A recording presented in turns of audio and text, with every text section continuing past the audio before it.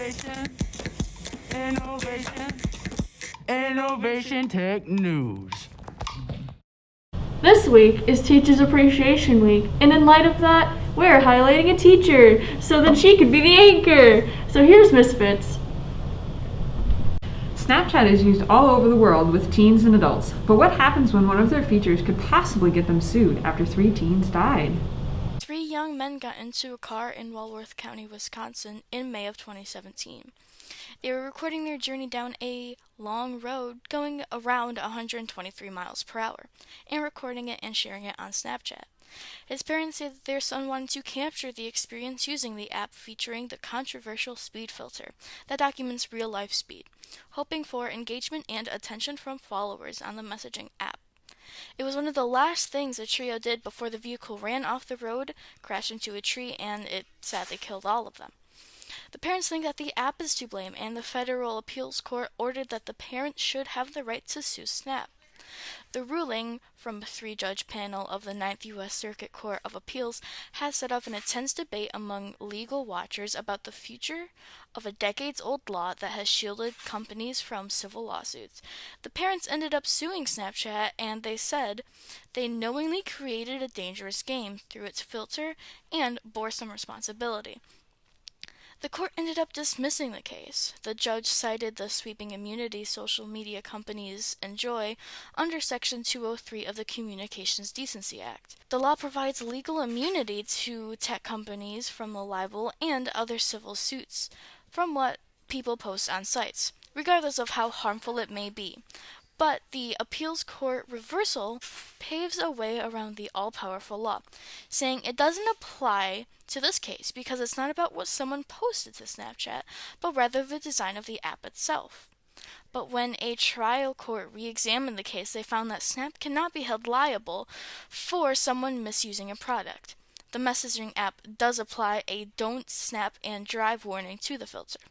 The parents' lawsuit now returns to the lower court. If it goes the same way as a Georgia case, Snapchat will dodge any legal responsibility. But if the trial court agrees to hold Snap accountable, that could be significant. And that is all we know about the case for now. Innovation Tech, out. Did you know that 18.1% of Americans struggle with mental illness? Here's Skylar with more on Mental Health Awareness Month. Hello, May 1st to May 31st is National Mental Health Awareness Month. We represent this with a green ribbon. The purpose of Mental Health Awareness Month is to raise awareness and educate people about mental illnesses, such as the 18.1% of Americans who suffer from depression, schizophrenia, bipolar disorder, and many others. We also show the realities of living with these conditions and strategies for attaining mental health and wellness. Each year, millions of Americans face the reality of living with a mental illness. During May, we joined the national movement to raise awareness about mental health. Each year, we fight stigma, provide support, and educate the public and advocate for policies that support people with mental illness and their families. I interviewed Diana to see what she had to say, and there will be opportunities for many more interviews this month. I know I have anger issues really badly.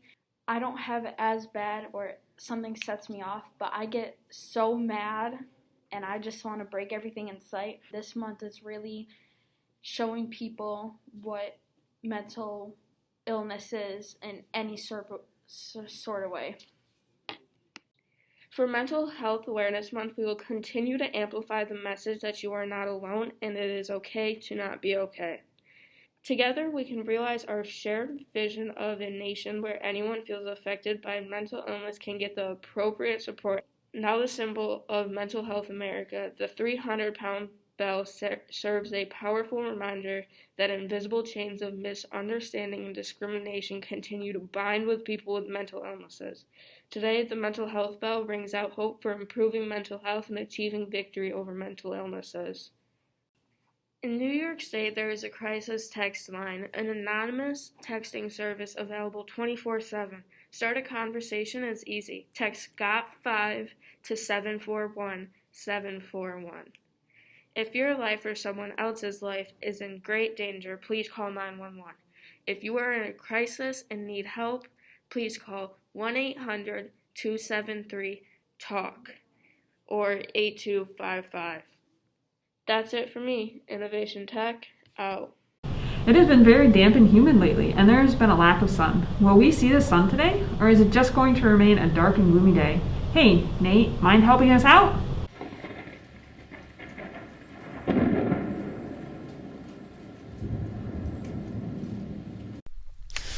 Hello everybody! Today's temperature high is going to be 54 with a temperature low of 43 degrees. Well, it's going to be mostly cloudy for the rest of today, and it says there's a chance of rain, but it doesn't look like it's going to rain up until like 9 or 10. So you shouldn't need to wear a raincoat at all on your way here. That'll be all from me. Innovation Tech, out. China successfully launched the first part of their space station on April 29th, but something bad might happen. Here is Zach Doing with more. China launched their first part to their space station, but their rocket is the problem. The nearly 100-foot tall rocket is said to be uncontrollably re-entering the Earth's atmosphere, and we don't know where it is going to land. Mike Howard of the U.S. Department of Defense said that the U.S. Space Command is aware of and tracking the location of the Chinese Long March 5B in space, but its exact entry point into the Earth cannot be pinpointed until within hours of re-entry, which is expected to be around May 8th. The only thing that we know about where the rocket is going to land is that it's going to be south of New York, and it's going to be north of New Zealand, so anywhere in that wide range of space. When the rocket re-enters, it will mostly break up in the atmosphere, but there's still going to be some debris. There's going to be a lot of it that burns up in the atmosphere, but a lot of the materials that are used in these rocket constructions are materials that are meant to withstand high amounts of pressure. It depends on what material is being used on the rocket. So for example, like the ISS uses that for garbage. They'll throw, small modules into the atmosphere and it'll burn up harmlessly into the atmosphere. But to kind of rely on that is a little worrisome because we're not really sure, what is this rocket made of? Will it actually be able to burn up in the atmosphere? Hopefully we can pinpoint it and keep people in that area safe. Innovation Tech, out. What's new in sports? Here's Vaughn. Good afternoon, Innovation Tech. Now let's get caught up in the world of sports. There's many games that are coming up soon that you can go and check out really soon. So let's go dive right into this. Alright, so on to basketball first. You got many games here coming from 7 p.m. all the way down to 9 p.m. From Boston to Orlando, from San Antonio to Utah. You got some good games in there. I highly recommend you check it out. The times are posted right here. For all you baseball fans out there, you got games running tomorrow all the way from 1:05 p.m. all the way down to 9:38 p.m. So there's going to be games going all the way around. We have games starting from Houston to New York, from Tampa Bay to Los Angeles. Yet again, the times are right there, and you can go check those out.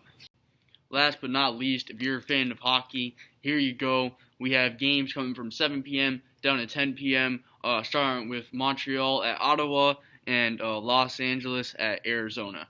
Now you know what's coming up in the sports world, so you can go out there and check your favorite games out. That's all I got today. Innovation Tech, out. Recently this year, Dogecoin has risen by 14,000%. It was worth under a penny 2 months ago. Now it is worth 70 cents. It started off as a joke and was supposed to be a meme, but now it is becoming something with value, and it hasn't stopped rising. One of the events leading to this is that Elon Musk talked about the Dogecoin in the past, making the Dogecoin boost in price. And soon, he's doing a Saturday Night Live this weekend. And Doge fans are hoping that he will make more comments about it again, possibly boosting the price even higher. It has been determined that if you buy $100 worth of Dogecoin right now, you can get 143 Dogecoins. So, Dogecoin, I would probably, I guess I'm just old-fashioned. I really don't, I wouldn't buy it.